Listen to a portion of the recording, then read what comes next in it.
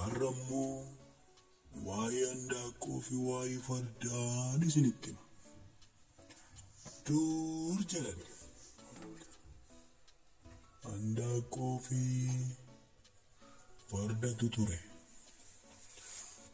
Fardi sun ni bobba'a. Erga bobba'e immoo dafee hin galu. Galmas hin yaadatu. Toora lagaa, toora caffee deemee achii marga dheeda. Bishaan saasachumaa dhuga.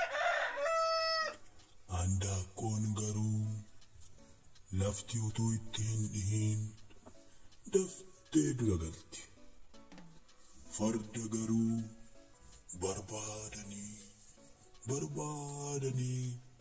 barbaachaan galchu.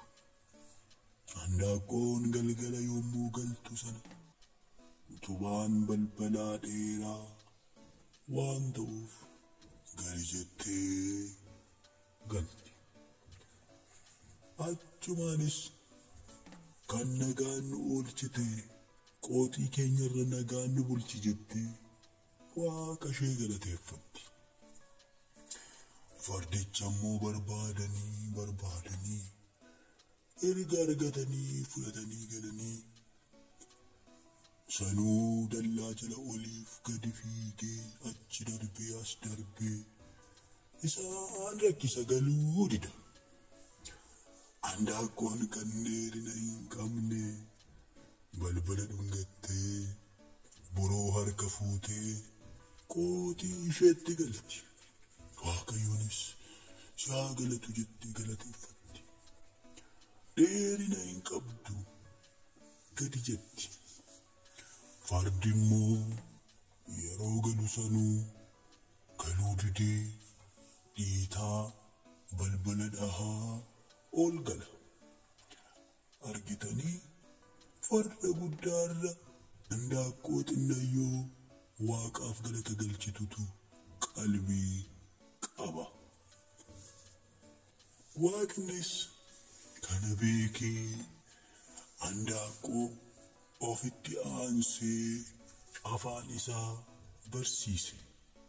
Yommuu Waaqni balbala banatu beektee balballi Waaqaa banameera kan raftan ka'aa.